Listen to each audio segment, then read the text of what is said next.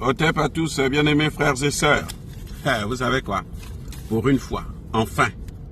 Mais il a fallu du temps pour Tshisekedi pour agir. Ça fait depuis 2021 que la guerre a repris avec une haute intensité. C'est seulement maintenant que Tshisekedi pense qu'il faut interdire à Rwandais de survoler le sol congolais. Waouh, les amis.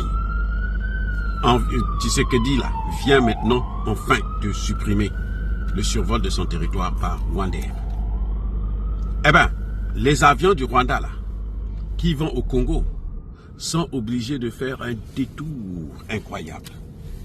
Ils n'ont que deux possibilités. Soit ils traversent vers le Burundi, et puis survolent la Tanzanie, l'Angola, et avant d'arriver au Congo-Brazzaville.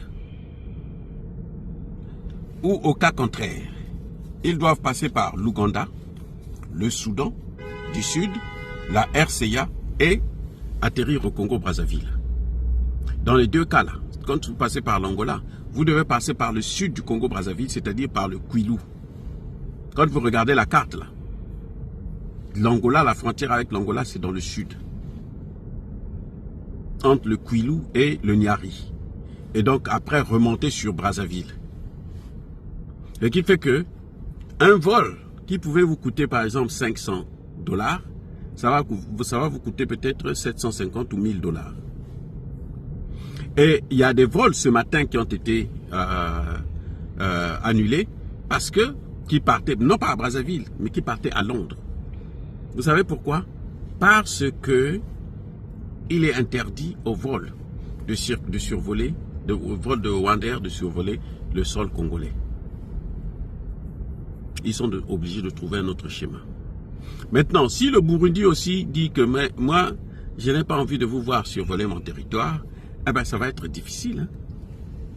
Déjà que le tourisme au Rwanda est en baisse, en difficulté, alors, merci les dégâts.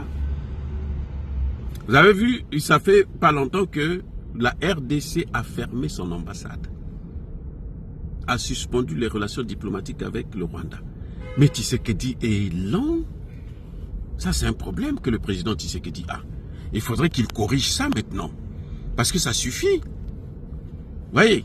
Donc, les amis, nous saluons cette décision, bien entendu. Même si elle est venue très tard, mieux vaut tard que jamais, comme disait l'autre. Mais en tout cas, il faut que le président Tshisekedi puisse prendre l'habitude de réagir en temps réel. Il prend trop de temps pour réfléchir. Je ne sais pas qui l'aide, quels sont ses conseillers, qui font que le président puisse être toujours en retard dans la décision. Parfois, il vient quand l'époux est déjà parti. Il est déjà passé. Ça, c'est la femme inconsciente qui dort au lieu d'attendre l'époux. Parce que elle ne peut pas prendre les décisions à temps.